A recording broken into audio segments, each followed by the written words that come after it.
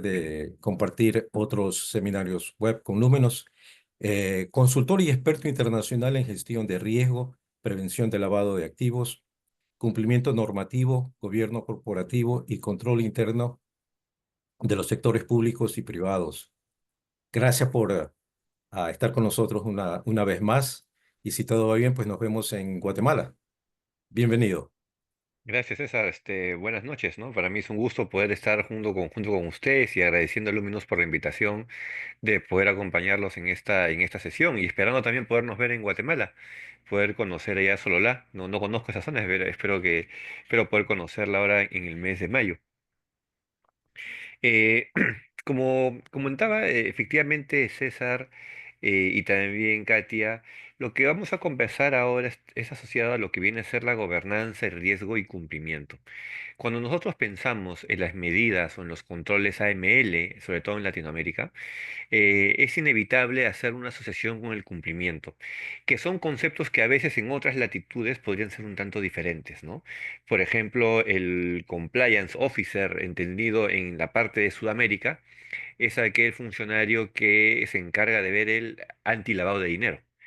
A diferencia de repente de otras instancias donde probablemente el compliance officer ya es una figura un poco más integral, no solamente en temas antilavados, sino además en todos los aspectos regulatorios.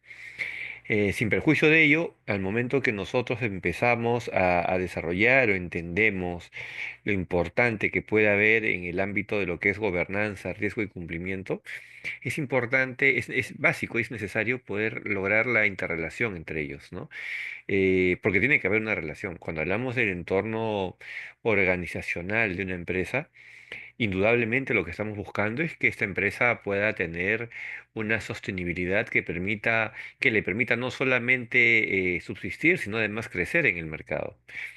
Hasta hace un tiempo, sobre todo en algunos sectores, era muy difícil concebir la idea del control o del desarrollo de políticas antilavado de dinero, por ejemplo, dentro de las estructuras organizacionales. El día de hoy eso ya no es raro.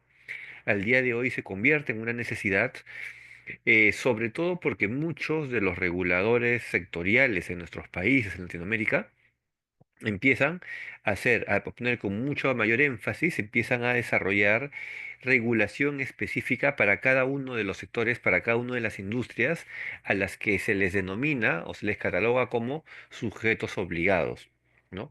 Un sujeto obligado es aquella persona natural, física, ¿no? o jurídica, moral, que está obligada a desarrollar un modelo de prevención del lavado de activos. Durante mucho tiempo, esta era una exclusividad solamente de los sistemas financieros, pero eso ya dejó de ser así. Es más, los sectores reales, que son los sectores no financieros, son quienes ahora necesitan ganar mayor protagonismo, porque precisamente cuando hablamos de los temas de riesgos de lavado de activos, por ejemplo, los lavadores de activos ya saben y conocen que siempre ir ahora por el lado financiero podría ser un tanto retador para ellos. Porque los sistemas financieros ya tienen desarrollados modelos, ya tienen experiencia ganada en la prevención de ese tipo de delitos. En consecuencia, para el lavador termina siendo un tanto difícil poder lograr tener éxito en sus operaciones. Sin embargo, eso no ocurre. Sin embargo, eso no ocurre en los sectores no financieros. Los sectores no financieros, al ser sectores en los que todavía se está implementando y en los que recién se está planteando una necesidad o planteando una condición de armar ese tipo de controles, se convierten o quedan expuestos precisamente al mayor nivel de riesgo. Porque como no conocen, y aquí voy a usar un término que realmente viene a ser fuerte, ¿no? Al no tener una cultura de cumplimiento, hace que la gestión de riesgos, hacen que la gobernanza no se desarrolle de una manera metódica, si es que se desarrolla. Porque en ocasiones a veces ni siquiera se desarrolla así, pero cuando se hace terminan siendo esfuerzos aislados. ¿Qué es lo que pasa con el lavador?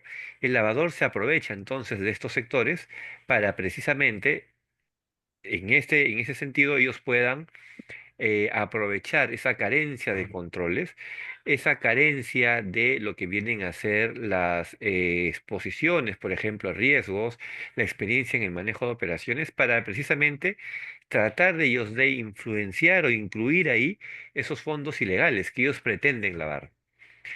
Ya de un tiempo a esta parte, los focos de atención ya no están en el sector financiero, están en los sectores no financieros. Y ahí precisamente es donde necesitamos entonces reforzar la gobernanza. Porque si el sector no financiero, si la empresa no financiera ya se siente que no tiene la necesidad de tener procedimientos en prevención del lavado de activos, sí tiene una necesidad de tener un gobierno corporativo, de tener una gobernanza que permita garantizar que las operaciones que estén realizando se puedan hacer de una manera razonable. Cuando hablamos de gobernanza no es otra cosa que hablar de un ordenamiento interno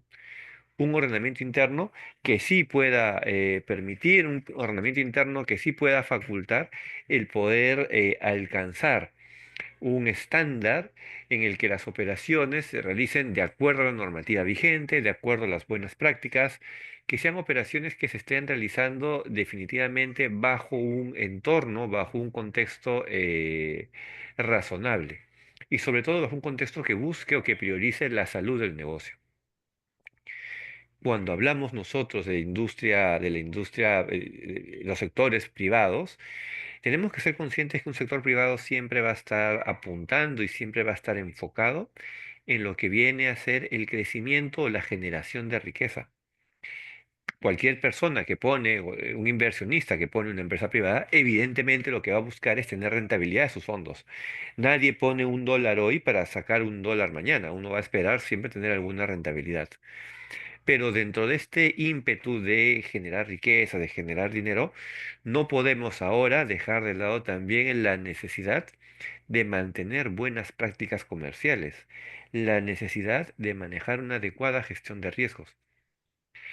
Porque si no tenemos una adecuada gestión de riesgos, todo lo que nosotros podamos haber desarrollado, haber logrado desarrollar, haber logrado implementar con mucho esfuerzo, se va, por ejemplo, en el pago de multas, se va, por ejemplo, en el daño reputacional. ¿De qué nos serviría a nosotros poder desplegar con mucho esfuerzo, lograr ingresos con mucho esfuerzo para que después, por un mal manejo de gestión de riesgos, terminemos perdiendo toda esta riqueza, todo este ingreso que hayamos podido tener? Entonces es importante que planteemos nosotros lo que viene a ser la gobernanza, la gestión integral de riesgos bajo un entorno de cumplimiento. Y es cuando hablamos de esta gobernanza, de ese entorno de cumplimiento, que tenemos que reconocer cuáles podrían ser los niveles que finalmente nos ayuden a poder lograr este objetivo. Y aquí es fundamental lo que muchas veces yo denomino lo que es el efecto cascada. ¿Qué es el efecto cascada? El efecto cascada es lograr que las cosas se realicen, que las cosas sucedan de arriba hacia abajo. ¿No? Y eso es lo que nosotros tenemos que buscar. Cuando decimos de arriba hacia abajo, necesitamos que la alta dirección esté totalmente comprometida, el directorio, los consejos de administración, con el objetivo final que estamos buscando en una instancia de gobernanza. Ellos son los que deberían estar principalmente interesados y preocupados porque el desarrollo organizacional de la empresa esté enmarcado no solo en buenas prácticas, sino en un procedimiento ordenado y metódico de operaciones. Evidentemente, estas instancias a nivel de gobierno, a nivel de, por ejemplo, diversos comités, comités de cumplimiento, comités de auditoría, comités de remuneraciones, tienen que ser el soporte para todas las posiciones de línea o los directores de línea, como por ejemplo gerentes, directores, vicepresidentes. Ellos necesitan hacer realidad lo que se haya podido plantear en el ámbito de gobernanza o del directorio. Pero esa realidad no puede llegar si es que no se tiene el apoyo totalmente decidido de esta instancia de gobierno, de esta instancia de dirección. Naturalmente, cuando hablamos entonces de lo que viene a ser este tema de gobernanza, necesitamos tener pilares, pilares que nos ayuden a desarrollar este mecanismo de una manera eficiente. Y cuando digo eficiente es importante no perder de vista el foco también comercial, el foco de negocio. Con más razón si estamos en una organización privada, porque las organizaciones privadas se crean precisamente para generar riqueza, se crean para generar valor. Nadie pone una empresa para perder dinero.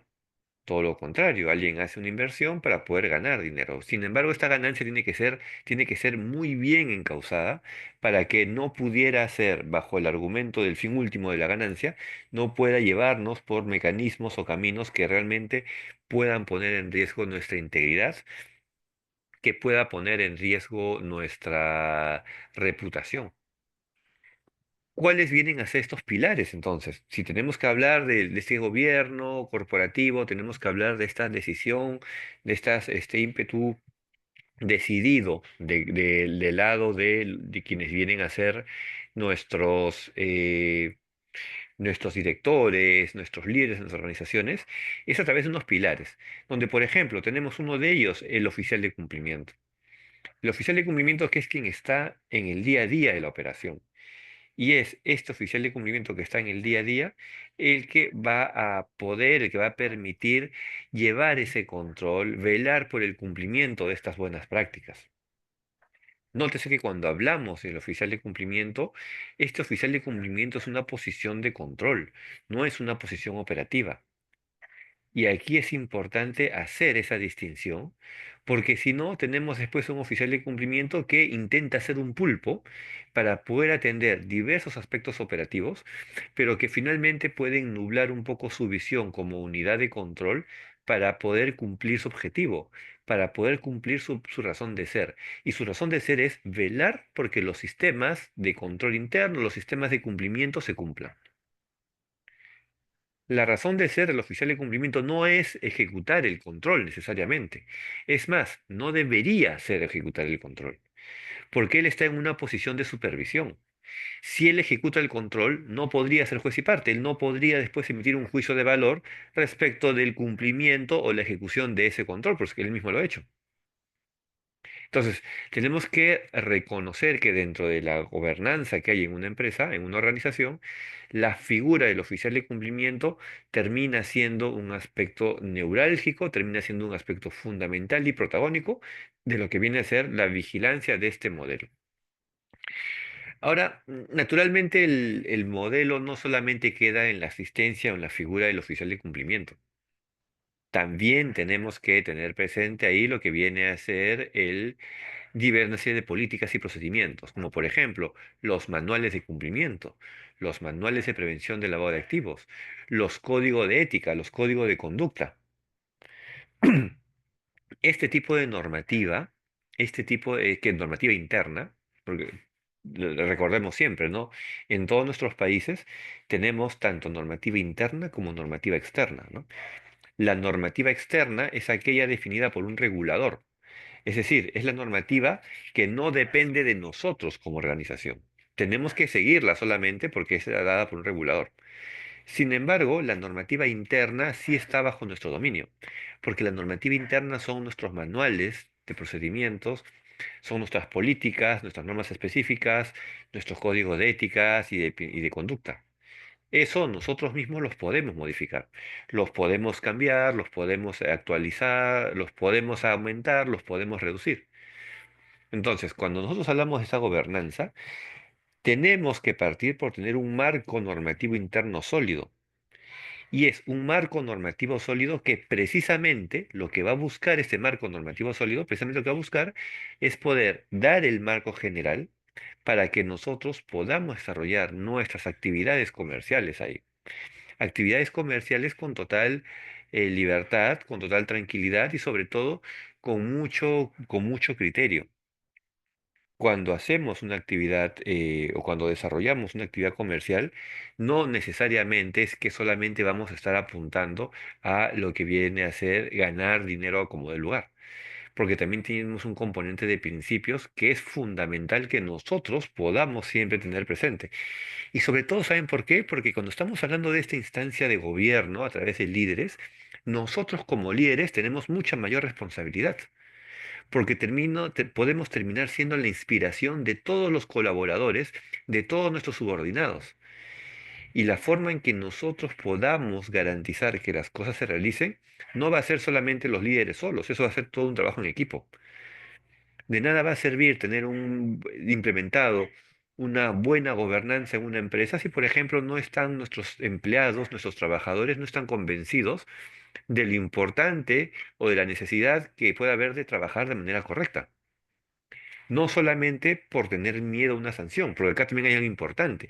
Muchas veces pensamos que la única forma de conseguir resultados es a través de sanciones. Y saben, la sanción, sobre todo porque los sistemas de gobernanza también tienen que involucrar una serie de sanciones, incluir una serie de sanciones en casos de incumplimiento, la sanción no puede, en mi opinión, y no debe ser entendida como el fin último. No puede ser el fin último la sanción. La sanción es un mecanismo mediante el cual nosotros podemos intentar empezar a formar cultura. Porque claro, es como querer educar a un niño, ¿no? Uno le dice al niño, no hagas esto, pórtate bien, no te portes mal, porque queremos que él crezca de esa manera. Pero él tiene que también ser consciente que si no sigue el lineamiento, puede recibir una sanción.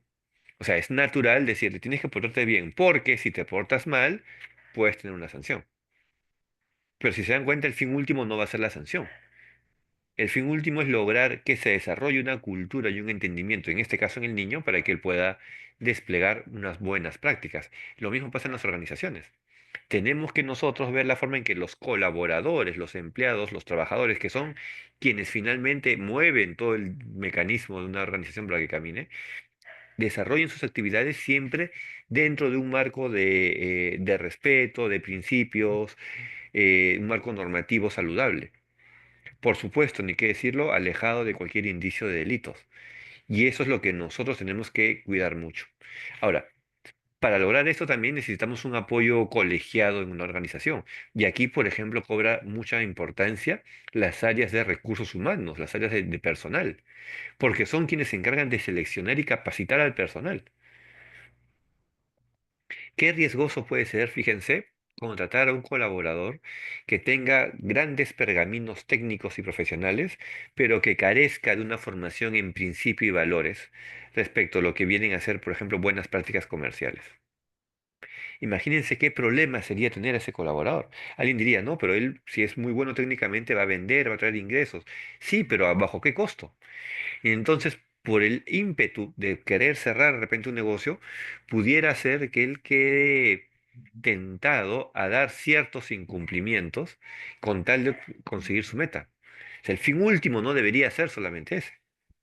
Entonces, qué importante es que, por ejemplo, las áreas de recursos humanos puedan hacer una selección adecuada, que puedan seleccionar bien a los colaboradores, porque un colaborador mal seleccionado, imagínense el problema que nos pueda generar si es que de repente él va a tener que ejecutar algún control, ¿no es cierto? Ese va a ser un tema, ¿no? Eso podría ser un problema, ¿no? Y eso es lo que tenemos que tener nosotros presente, ¿no?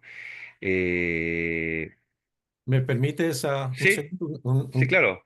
hacerte una pregunta y hacer un comentario? Por ejemplo, en, en casos que tenemos acá, haciendo una auditoría externa, la que me ha tocado hacer, una de las Ajá, cosas en lo que tiene que ver con gobernanza, eh, que es muy importante, el primero que, una de las cosas principales que pedimos es lo que acá mencionamos como Management Information Systems, ya, obviamente reportes, porque es muy importante los reportes que van hacia arriba, ¿no? Donde claro. se les menciona ah, si hubo un hit de OFAC, cuántos PEPs se está manejando, Ujú, que si el departamento de cumplimiento necesita ayuda, ujú. etcétera, etcétera, etcétera. Am, Esos reportes y la frecuencia, ¿no? La frecuencia es importante. Capaz tú quieras también expandir un poquito más sobre esa parte Sí, muy importante. No sé si me adelanté capaz algo que ya tenías. no, no, Me vino a está la bien, mente y perfecto. dije, lo pongo Ujú, ahí. Y sabes, antes de seguir, a las personas que están compartiendo con nosotros esta noche, pues les quiero comunicar si nosotros sí vamos a brindar, estamos ofreciendo el certificado de participación para esta sesión. Las personas que estén interesadas por medio de chat le vamos a enviar el link, el enlace, para que nos mande la información y nosotros le enviamos un certificado de que participaron en esta sesión. Gracias, te dejo. para que sigas. Sí, sí, sí, encantado. Sí, efectivamente. Miren, fíjense que el rol, como decía César, el rol de la auditoría o la supervisión también es fundamental, porque en realidad la labor del auditor tiene que ser entendida como una labor del socio estratégico que más bien desde fuera nos puede dar una mejor lectura, una mejor vista de los procedimientos que estemos desarrollando. Fíjense que una de las ventajas y uno de los valores agregados que siempre se tienen a nivel de las revisiones independientes o auditorías externas, digamos, como quiera llamarse, eh, es la de poder brindar una perspectiva y una visión que no esté sesgada a la operación, porque el auditor externo ni siquiera conoce a la gente, ni siquiera es amigo de las personas. Naturalmente no estoy diciendo que haya un problema con el tema de la amistad, pero es natural que, por ejemplo, la diferencia entre un auditor interno y un auditor externo es que el auditor interno, al ser parte de la organización, si bien cumple su objetivo de supervisión y de control y de revisión, va a tener siempre, podría tener siempre cierto sesgo, porque él es parte de la organización, a diferencia de un revisor externo, que no forma parte de la organización, que no desarrolla, digamos, o que no tiene desarrollado necesariamente ningún vínculo amical con nadie en la organización y que desde su perspectiva pueda dar un punto de vista o pueda dar alguna precisión respecto de algún aspecto puntual en lo que se pueda plantear o se pueda desarrollar. Entonces, es fundamental eso que se pueda tener presente. Y hecho, eso es uno de los pilares también, el tema de la auditoría interna, el tema de los sistemas de monitoreo, por ejemplo, y operaciones. Yo recuerdo mucho una de las premisas, incluso de mi formación académica, yo soy ingeniero industrial, y una de las premisas de los ingenieros siempre es, lo que no se puede medir no se puede mejorar. Necesitamos desarrollar alguna métrica, porque si no estaríamos en una narrativa de gobernanza, de cumplimiento y de gestión de riesgos que finalmente no nos va a llevar digamos, a un resultado óptimo o eficiente. Entonces, esta gobernanza tiene que estar enmarcada dentro de lo que viene a ser una gestión de riesgos adecuada. Y esta gestión de riesgos adecuada es fundamental en las empresas porque necesitamos ser eficientes. La razón de ser de un modelo de gestión de riesgos es ayudarnos a ser más eficientes. Es ayudarnos a identificar dónde está el riesgo más alto y ahí le vamos a poner mayor fuerza en el control. Ahí le vamos a poner más ganas en la revisión y donde puede haber niveles de riesgo un poco menores en los que nosotros podríamos dilatar un poco, digamos, la revisión o la supervisión de ese aspecto, en consecuencia, debido a que su riesgo es mínimo. La necesidad de poder tener un enfoque basado en riesgos es que nosotros tenemos recursos limitados. Y esa es una gran diferencia con las personas que están, lo que yo les digo a veces, el lado oscuro, ¿no? Con los lavadores de activos, por ejemplo. Ellos no tienen nunca problema de presupuesto. En cambio, nosotros que estamos en el lado bueno, sí tenemos problemas de presupuesto. ¿Cuántas veces de repente están conectados aquí oficiales de cumplimiento? ¿Cuántas veces a veces necesitamos un curso de capacitación y tenemos que negociar, tenemos que debatir, sustentar muchas veces en varias instancias para poder conseguir presupuesto? Entonces, dado que no siempre el presupuesto es algo que nos sobre, necesitamos ser muy inteligentes para poder hacer un uso eficiente de ese presupuesto, sea poco, sea mucho. Necesitamos desarrollar también esto. Entonces, es importante también que cuando pensemos en un enfoque basado en riesgos, tenemos que ser conscientes de que esto persigue un objetivo de eficiencia. Y es esta eficiencia la que nosotros tenemos que proponer siempre y mantener a lo largo de todo nuestro trabajo, a lo largo de todas nuestras labores. Y sobre todo porque en el ámbito del desarrollo del control, tenemos que evitar caer en un crecimiento innecesario y complejo de controles. Tenemos que darnos cuenta que cuando hablamos de controles, no podemos hablar en cantidad, sino en calidad. Cuando hablamos de controles, no siempre más es mejor, porque nosotros pudiéramos caer también en el exceso de querer desarrollar una serie de controles tan pesados que más bien dificulten que se realice la operación, que dificulten que se pueda plantear o que se pueda desarrollar un esfuerzo comercial, un esfuerzo de ese tipo. Y evidentemente eso no queremos. Entonces, el control tiene que ir apoyado a la parte comercial, ¿no? Es lo que yo siempre propongo a veces en unas conferencias, ¿no? Si el negocio corre, nosotros tenemos que correr a su costado. No es que si el negocio corre, yo lo detengo para que no corra. ¿no? Si el negocio corre, nosotros corremos a su lado, como áreas de control, como áreas de cumplimiento, como áreas de gobernanza. Y ahí es importante entonces que nosotros logremos desarrollar lo que viene a ser este criterio de negocios.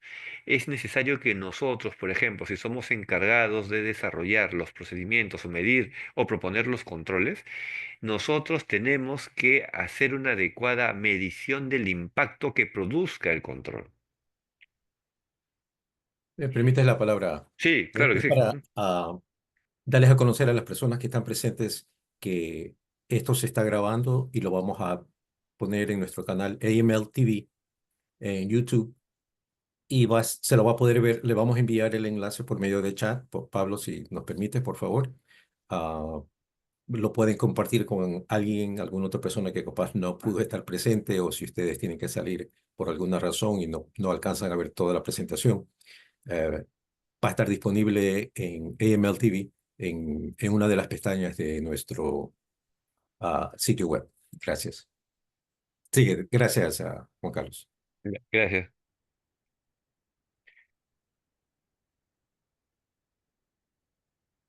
Entonces, es importante que nosotros podamos integrar dentro de este enfoque de gestión de riesgos también esta visión de esta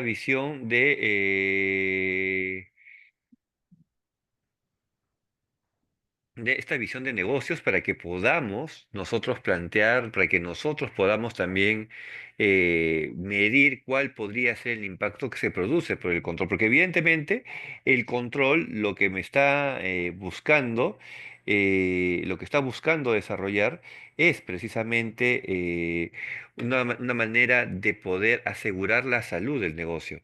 Y precisamente es esta salud del negocio la que nosotros necesitamos.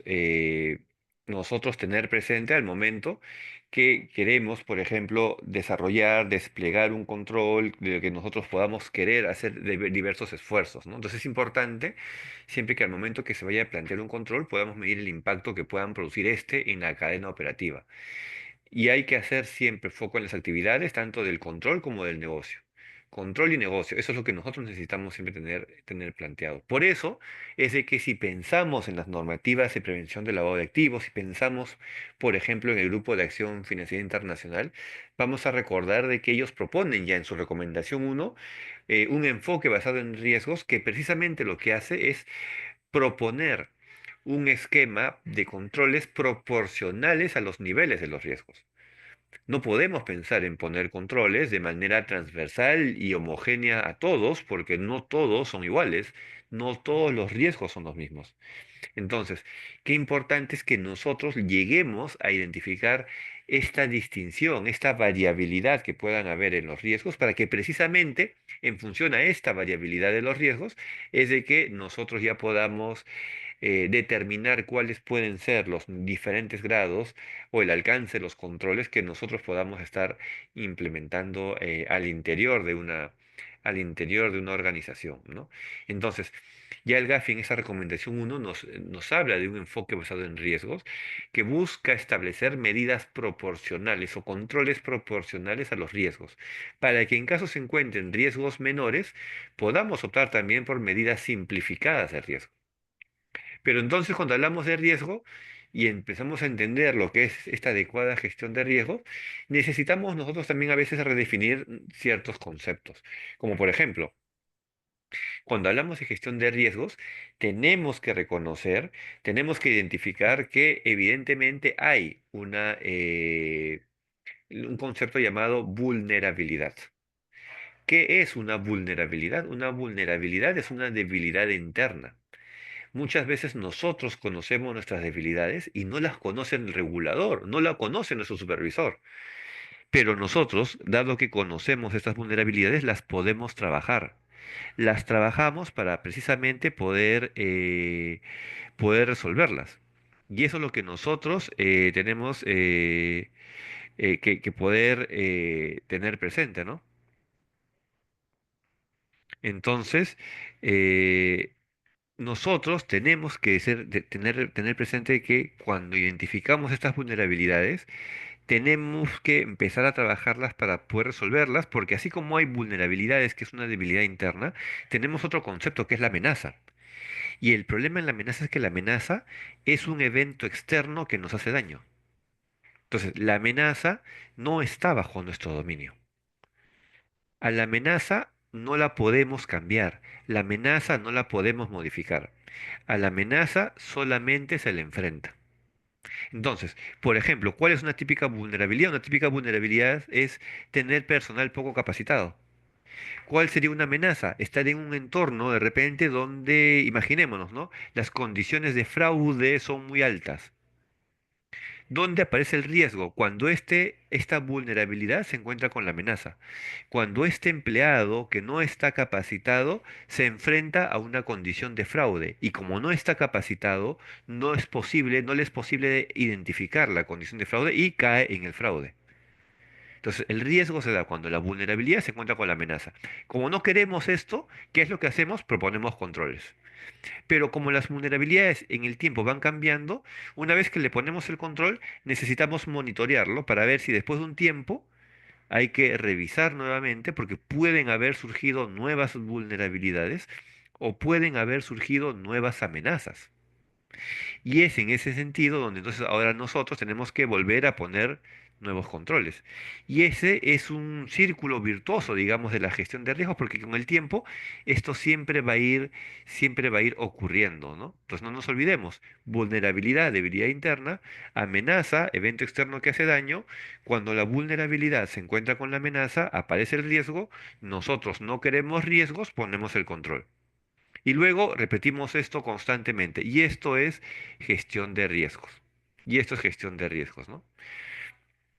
Finalmente, es importante también notar que la función de cumplimiento, la función de gestión de riesgos, tiene que ser parte necesariamente de lo que viene a ser el planeamiento estratégico de una organización. Porque no queda otra forma, tiene que ser parte de este planeamiento estratégico porque nos va a determinar los niveles de riesgo y el marco normativo para que nosotros podamos ejecutar una serie de controles, para que nosotros podamos, digamos, alcanzar incluso las metas comerciales que nos hayamos propuesto. Pero lo fundamental y que yo quisiera dejar en claro y ya como resumiendo, digamos, esa sesión y agradeciendo a Luminus por la oportunidad que me ha dado de poder conversar con ustedes esta noche, es que importante desarrollar una cultura de cumplimiento. Cualquier sistema de gobernanza, cualquier sistema de gestión de riesgos no va a tener el éxito suficiente si es que nuestros colaboradores no lo llevan como parte de su ADN lo que es una cultura de cumplimiento. Cuando hablamos de cultura ya estamos hablando de que las personas reconocen las ventajas de actuar bien, pero por las ventajas en sí mismas de actuar bien, no solamente por el temor de una sanción. Uno de los ejemplos que yo suelo poner a veces, por ejemplo, es en nuestros países, a ver, de Latinoamérica. Muchos de nosotros conducimos vehículos y sabemos que cuando estamos conduciendo un auto y estamos al frente de un semáforo que está en rojo, tenemos que detenernos.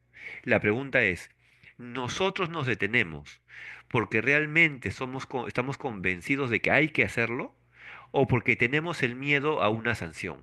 O porque sabemos que si nos pasamos esa luz roja, probablemente una cámara fotográfica nos tome la foto pasando la luz roja o haya un agente de seguridad, un policía de tránsito cerca y nos ponga una multa, nos ponga una sanción. Entonces, el día que nosotros respetemos la luz del semáforo en rojo, aun cuando no hayan sanciones, podríamos estar hablando que hay una cultura vial importante. Pero si solamente la respetamos porque le tenemos miedo a la sanción, estamos consiguiendo resultados, sí, porque la gente está respetando el semáforo, pero no tenemos una cultura. No podríamos hablar que hay una cultura. Y lo importante de una cultura es de que esta cultura tiene que dar resultados sostenibles en el tiempo y están apoyados en una serie de valores y principios que ayuden precisamente a desarrollar esa cultura, porque si no,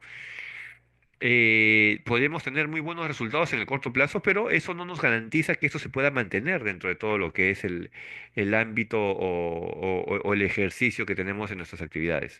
Y nosotros tenemos que apuntar siempre, sobre todo cuando somos dueños de una empresa, somos inversionistas, accionistas, tenemos que apuntar a lograr tener el desarrollo y lograr tener la sostenibilidad del negocio para ello, ¿no?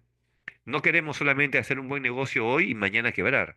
Necesitamos que el negocio se mantenga en el tiempo. Y ahí es fundamental que desarrollemos una cultura de cumplimiento para que nosotros podamos alcanzar este, alcanzar el resultado de lo que nosotros estemos buscando, el resultado de lo que nosotros necesitemos plasmar o alcanzar dentro de lo que vayamos a contemplar en el ámbito, por ejemplo, de gestión de riesgos, en el ámbito de un negocio sostenible, en el ámbito de una organización que con el tiempo cada vez aumente el valor de su reputación y no se quede solamente en el camino y no se quede solamente como un esfuerzo aislado, que hoy día hacemos un buen trabajo, pero mañana estamos haciendo malos negocios y exponiendo lo que viene a ser la reputación de nuestras organizaciones.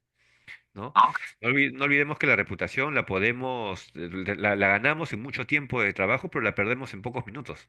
Entonces es importante que como organizaciones podamos ser conscientes de la gravedad y la importancia que se tiene el desarrollar una cultura de cumplimiento para que lo podamos plasmar. Y en eso ayuda el sistema de gobernanza. El gobierno corporativo ayuda a tener un mecanismo de control, a tener una estructura que fomente el buen trabajo y el alineamiento que se tenga a normativas como por ejemplo normativas de prevención de lavado de activos, a normativas por ejemplo como gestión de riesgos, ¿no? Eh, para mí ha sido un gusto poder estar con ustedes esta noche. Un agradecimiento a César, a Katia, que también estaba conectada con nosotros al inicio, a Luminous por la oportunidad de poder acompañarnos esta noche y con mucha expectativa para vernos ahora en mayo 8 o 9 me parece, en Guatemala. Ojalá que nos podamos reunir nuevamente con nuestros compañeros de CAES también por allá. Fantástico, muchas gracias. No sé si por si acaso hay alguna pregunta que alguien tenga, por favor la puede hacer ahora. Am, si alguien tiene alguna pregunta, por favor, démosles un minuto.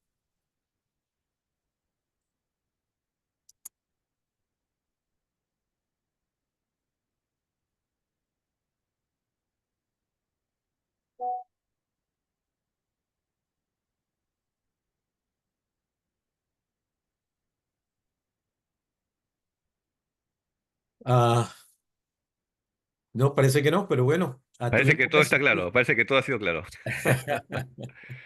tuvimos muy buena, perdón, muy buena asistencia. El tema por, por sí mismo es muy interesante, pero aparte de eso, muy bien presentado. ¿Para qué? Siempre un gusto tenerte aquí y espero vernos pronto, si no es en Guatemala, pues en otra reunión que te extendemos una invitación y Por con un supuesto, tema excelente. por supuesto, Gracias, encantado, encantado, cuente francamente, conmigo. caballero. Muchas gracias. Muchas gracias, gracias a ustedes.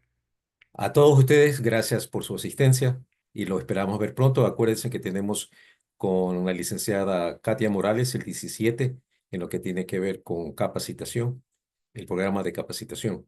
Los esperamos y por favor, si tienen amistades de que puedan estar interesados, comuníqueles. Aparte, recuerden que enviamos el enlace para si tienen amistades que les gustaría ver este evento o para ustedes que lo quieran volver a ver. Está el enlace en el chat. Con gusto, por favor, los esperamos. Gracias a todos. Tengan ustedes muy buenas noches.